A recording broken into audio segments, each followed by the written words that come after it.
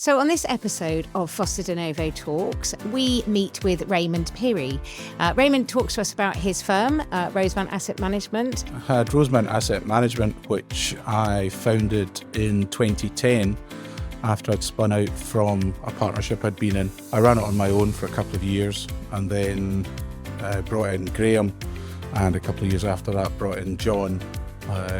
And then the three of us marched forward until we met Roger. And more importantly, he talks about the process of selling your firm, advice that he can give to people that are looking to do it, processes that you need to go through, and preparations. I think it was about 7 years before we actually came to sale. I went off to a Prepare Your Business for Sale seminar, and I realised we weren't ready for sale. And so working hand in hand with him over a couple of years, we found things that we wanted to do to tidy the business up.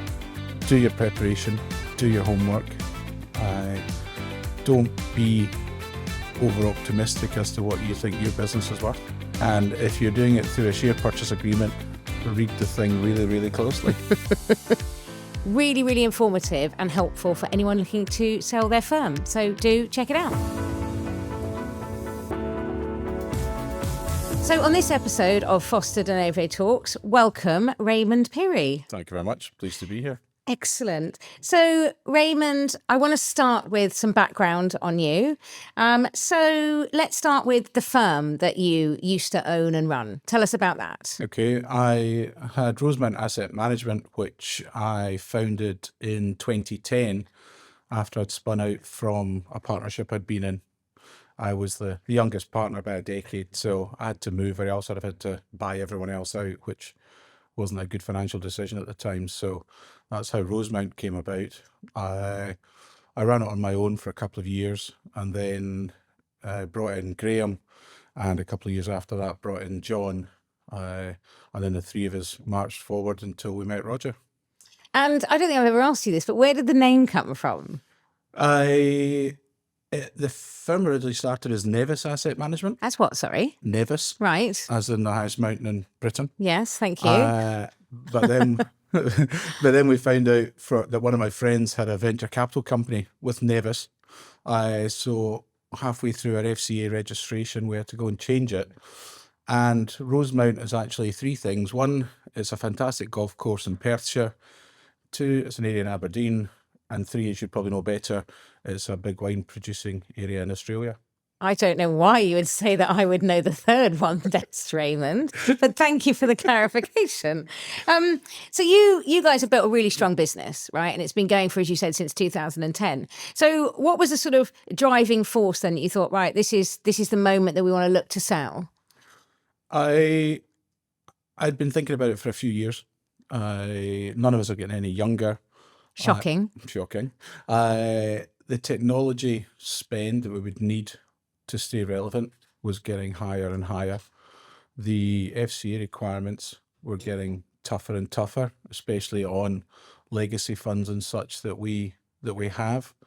If we weren't reviewing them properly the way that the FCA would want, then I could see that we would have problems further down the line. So it was a combination of a lot of things all just came into it, and I said, right, okay. And as I said, I've been looking for a few years, but I now felt that time had become right to look for somewhere else to go. Okay. And you sort of mentioned that you sort of started a few years before this actual sale happened, which I think is how quite a lot of people do that. So what did the early preparation involve, or what were you doing in those couple of years? Yeah, the first thing, I think it was about 7 years before we actually came to sale, I went off to a Prepare Your Business for Sale seminar with a firm of brokers, which gave me some good insight. It meant at that time I realised we weren't ready for sale.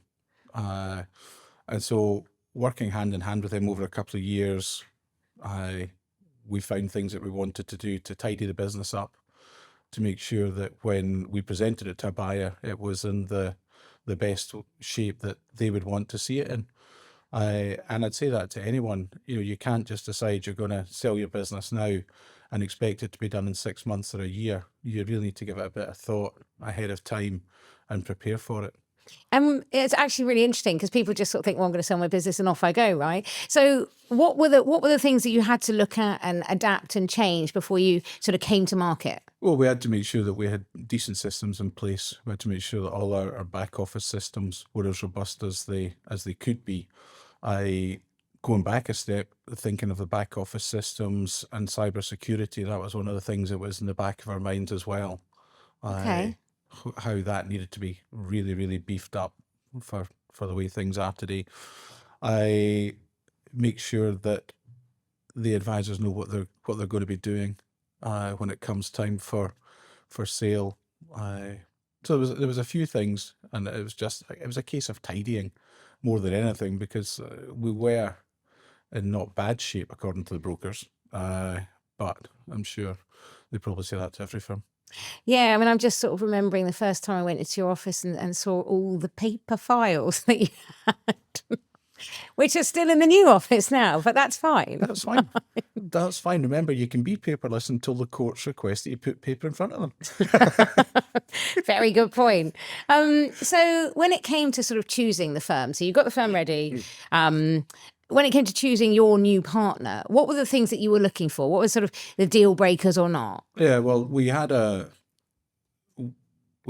10 firms that were interested in looking at us. A couple we were able to discard quite quickly. But the main things were, we wanted minimal client disruption. If you're going to keep client retention, which is essential in any deal, you've got to have as little client disruption as possible. We wanted someone who shared the same sort of values that we did, and the client is at the heart of everything, and servicing for the client is the main thing. We wanted to make sure that the deal was cash only. We didn't want to take any paper as part of the deal. Oh, now you don't want paper. Now we don't want paper.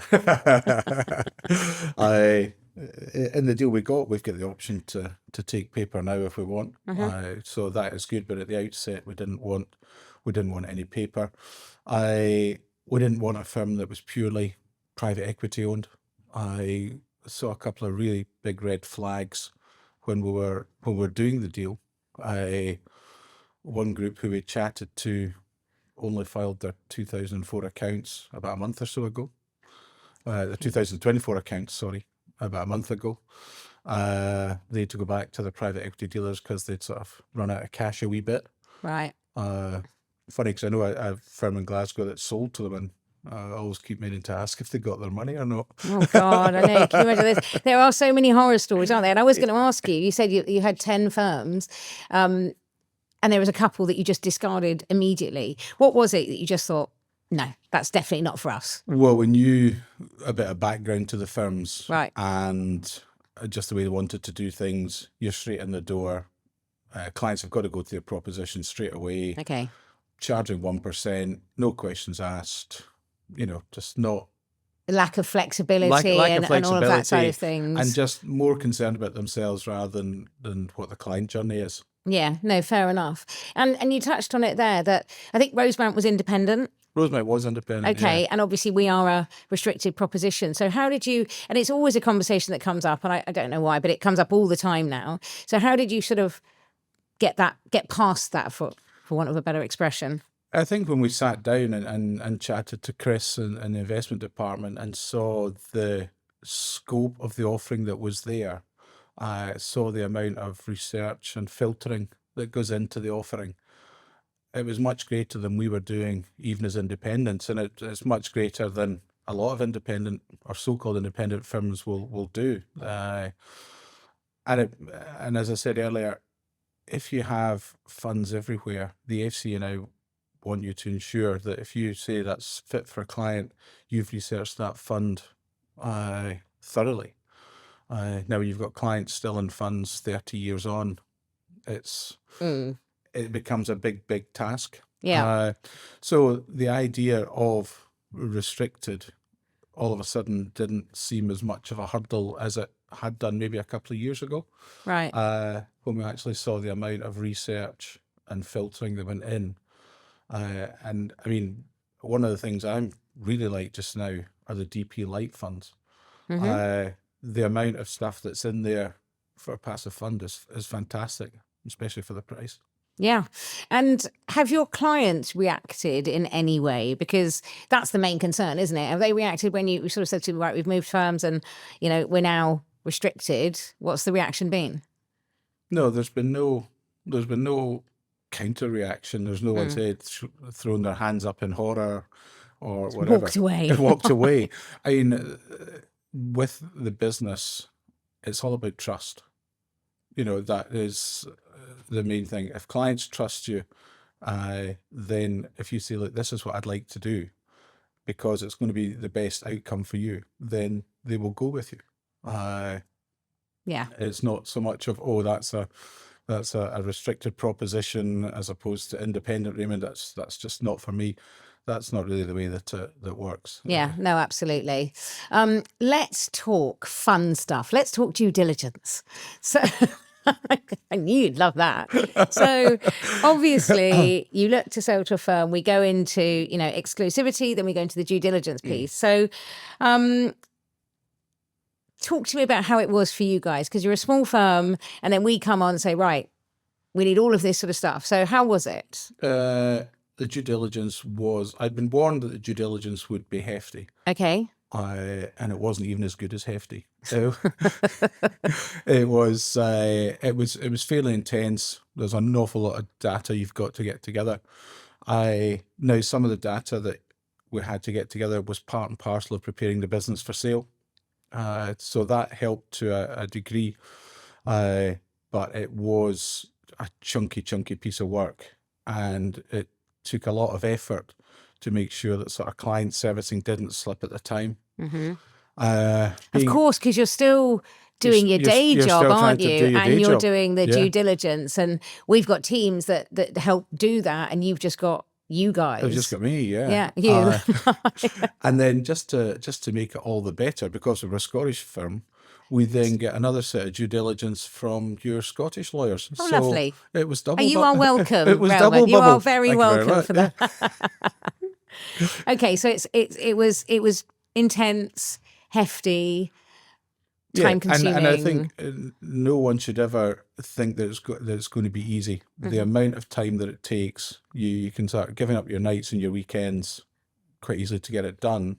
But what you've always got to keep in mind is that why are you doing it? What's the end result? And, locking yourself into doing this for basically a couple of months, because that's what it took, is all going to be worth it in the end. Yeah, you've got to think about what's. Don't lose sight of the end game. It's why are you doing it, and it's only going to be a short period of time, and then get it done and get it out of the way. It's the short-term pain to get to the long-term solution. Yeah, absolutely. And we appreciate you doing that, because I know it was a nightmare, and you were doing a lot of it yourself. So let's talk about, so you became part of Foster Denovo. What was the sort of first couple of months like post-deal?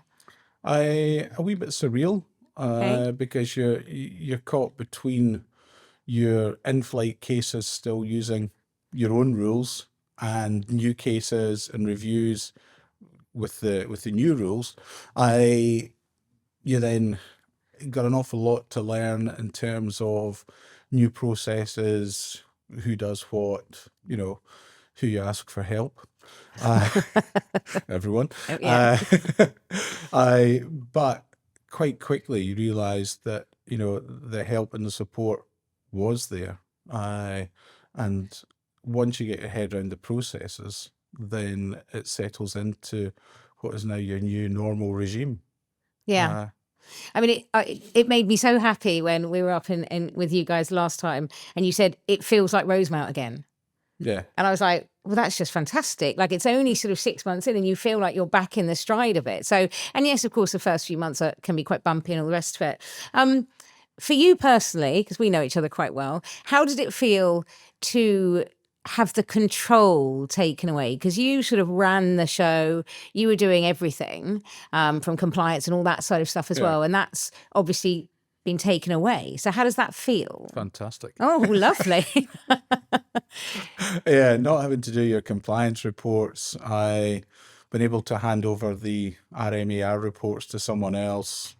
The the financial adequacy reports, just passing them all off was great. I thoroughly enjoyed that bit of it. The control side, fine. One of the things that Slightly twitching when you said I know. fine, Raymond. One of the things that we knew was that there would have to be a big change. And I'd say to anyone, unless you're going to be prepared to change and prepared to look at things at a different view, then you wouldn't start the process. So we knew there was going to be change. For me, losing all the admin side was a positive change.